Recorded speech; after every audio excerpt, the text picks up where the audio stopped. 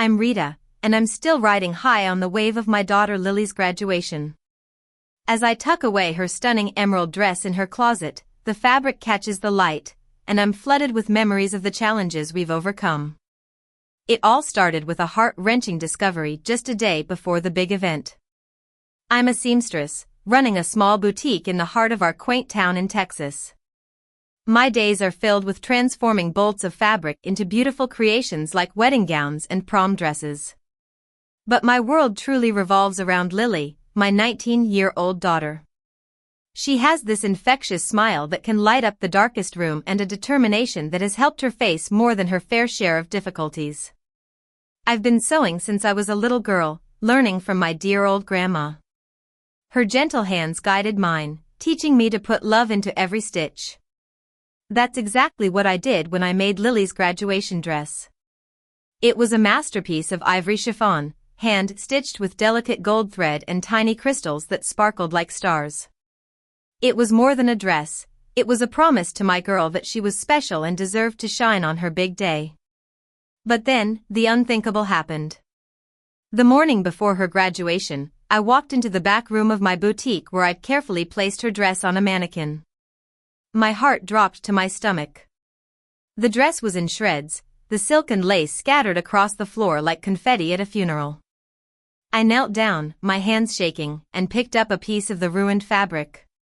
The crystals I'd sewn with so much love rolled under my fingers, and I felt like someone had reached into my chest and ripped out a part of me. I knew right away who was behind it. My mother-in-law, Eileen, had been in the shop the day before, bringing me what she claimed was a gift of some old fabric.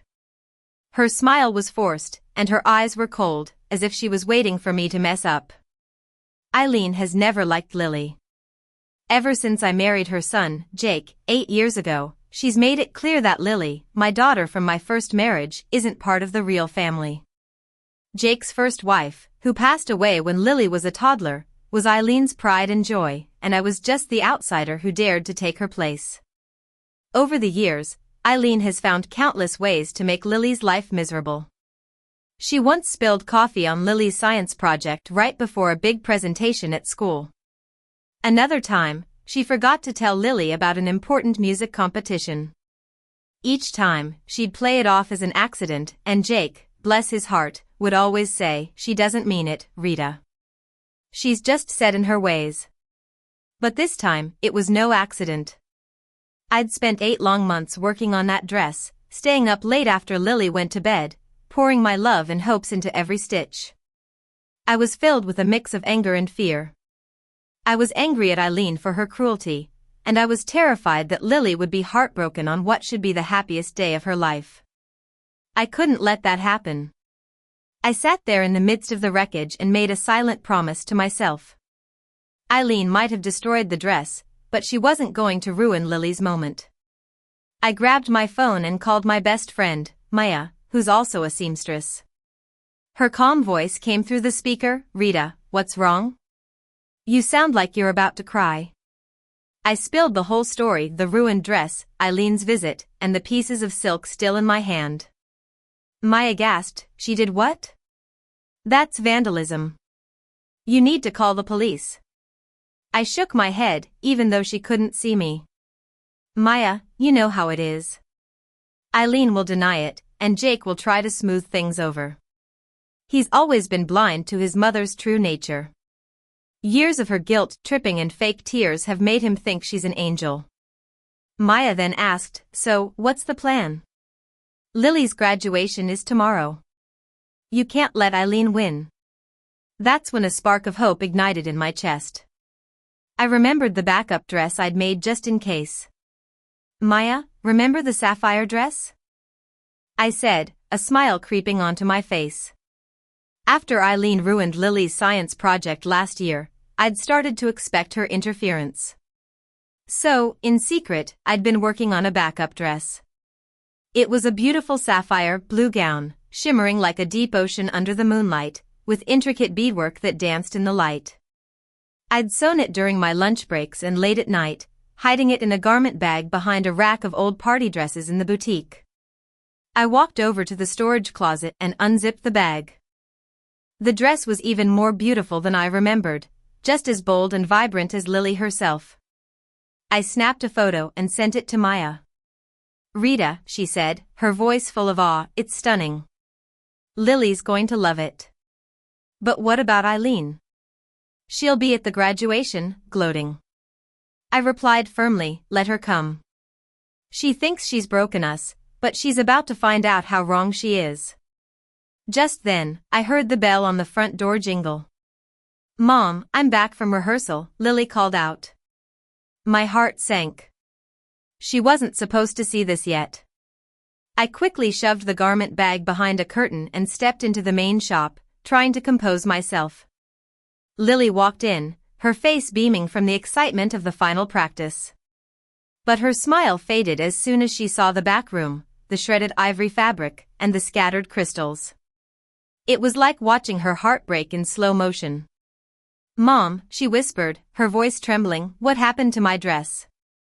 I crossed the room and pulled her into a tight hug, feeling her body shake. "It was Eileen," I said softly, hating the way her body tensed at the name. "But she hasn't won, sweetheart. Not even close." Lily pulled back, her eyes filled with tears but also with a glimmer of hope. "The ceremony's tomorrow. What are we going to do?" I reached for the garment bag, my hand steady now. "Eileen thinks she knows us, but she's never understood what we're capable of," I said as I slowly unzipped the bag. When I revealed the sapphire dress, Lily's breath caught. Her sadness melted into wonder as she touched the beads, tracing the patterns I'd sewn with her in mind. "Mom, you made this for me," she said, her eyes shining. I nodded, my throat tight. "Because you deserve to shine, no matter what anyone tries to take from you." The morning of the graduation was perfect, with a clear blue sky and a gentle breeze. I was in Lily's room, doing her hair, when Jake poked his head in. His eyes widened when he saw the sapphire dress hanging on the door. "Rita, that's not the dress you showed me last week," he said, his brow furrowed in confusion. I kept my voice steady as I pinned a curl. "You should ask your mother about that. She stopped by the boutique yesterday when we were out." Jake frowned and started fidgeting with his hands. "She wouldn't, would she?" I met his eyes in the mirror. "The pieces are still in my workroom if you want to see them." 8 months of work, gone in an instant. He looked like he wanted to argue, but Lily spoke up, her voice quiet but firm. "Dad, it's not the first time. Remember my science project? Or when she cancelled my music competition entry, pretending to be Mom?" Jake's face paled, and I could see the gears turning in his head, but I didn't push. Today was about Lily. We arrived at the school early. The parking lot was filled with families dressed in their finest.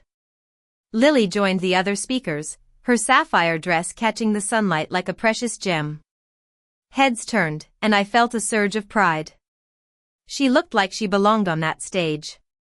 Then I spotted Eileen near the entrance, standing next to her husband, Henry.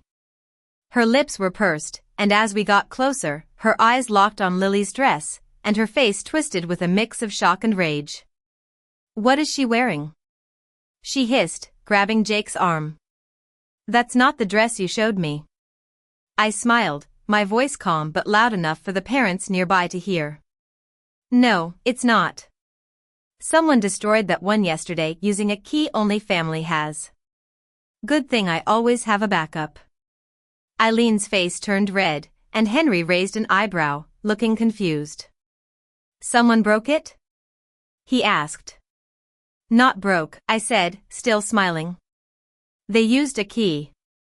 "Right, Eileen." Before she could respond, the principal called everyone to their seats. As we walked inside, I heard Eileen muttering to Jake, probably trying to come up with an excuse, but I didn't care.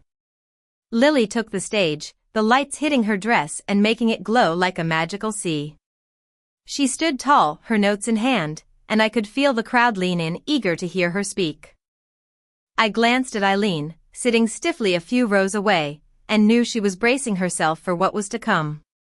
Lily stepped up to the podium and began her speech. "Life isn't about the people who try to hold you back, she said, her eyes finding mine in the crowd. It's about how you keep moving forward.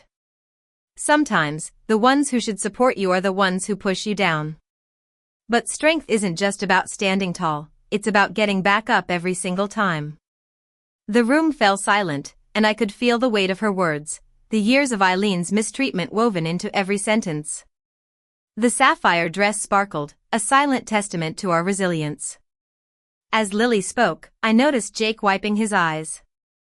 For years, he'd ignored Eileen's bad behavior, brushing it off as accidents or misunderstandings. But now, hearing Lily's words, something in him changed.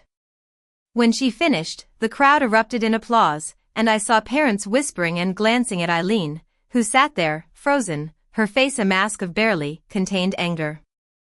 After the ceremony, we gathered in the parking lot for photos. Eileen approached, her smile forced. But before she could say a word, I pulled out a small leather journal from my purse. "Eileen, let's talk about yesterday," I said, my voice calm but firm. I opened the journal and started reading aloud.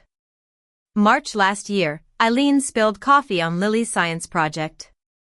June this year, she called the school pretending to be me to cancel Lily's music competition entry. Eileen's eyes widened, and Henry looked stunned. "You kept a record?" he asked, his voice low. "Every incident," I said, flipping through pages filled with dates, witnesses, and even a photo of the ruined science project.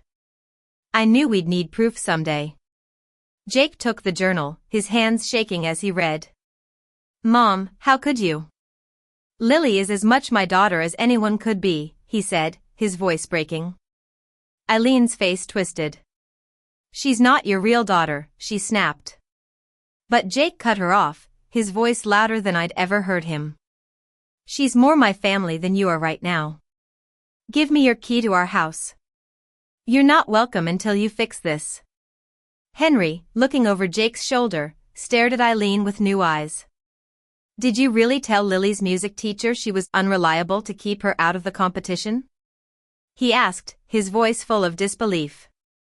Eileen stammered, but the truth was written all over her face. The rest of the day was a blur of celebration. Lily walked across the stage to receive her diploma, her sapphire dress glowing under the lights, and the crowd cheered louder than I'd expected. Parents and teachers kept coming up to us, complimenting Lily's look, her speech, and her grace.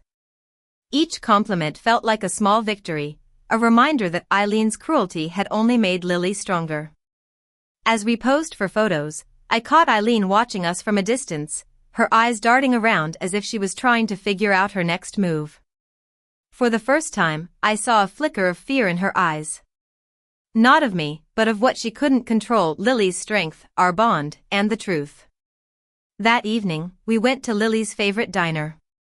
She was still wearing her dress, laughing and enjoying a plate of fries. Her face was free of the weight that Eileen had tried to put on her for years. Jake reached across the table and took my hand, his eyes soft. "I'm sorry, Rita," he said quietly. "I should have seen what she was doing a long time ago." Lily leaned over and hugged him. "You see it now, Dad. That's enough." My heart swelled as I watched them together. Real family, not perfect, but stronger because of what we'd been through. A few days later, our phones buzzed with notifications. Eileen had posted a long apology on social media for her recent actions, saying she was stepping back from her community activities to reflect. Lily raised an eyebrow over her milkshake. "Think she means it?" she asked. I laughed. "Not for a second, but she knows we have enough evidence to expose her if she tries anything again." The journal, the photos, and the security footage from my boutique's camera were all safely stored, a shield against her future schemes. Just a week later, Henry called. He'd found a box in their attic filled with Lily's old projects, torn papers, and even a ribbon from her first school event. Eileen had kept them like trophies, he said, his voice filled with disgust. He was meeting with a lawyer to talk about divorce. Justice might not have come with a fanfare, but it came all the same, steady and undeniable. As I tuck away Lily's sapphire dress, I know it's more than just a gown. It's a symbol of our ability to turn the worst situations into something beautiful. Eileen spent years trying to dim Lily's light, but all she did was teach us to shine brighter, to plan smarter, and to stand taller. I've spent these years teaching Lily not just to survive, but to thrive, to face cruelty with grace and hate with strength. To everyone who's followed our journey, thank you. You've walked with us through heartbreak, betrayal, and finally, victory. If this story touched your heart, hit that subscribe button and join us. Every stitch, every moment, every fight tells a story of love, resilience, and rising above. Keep weaving your own truth, and I'll see you at the next chapter.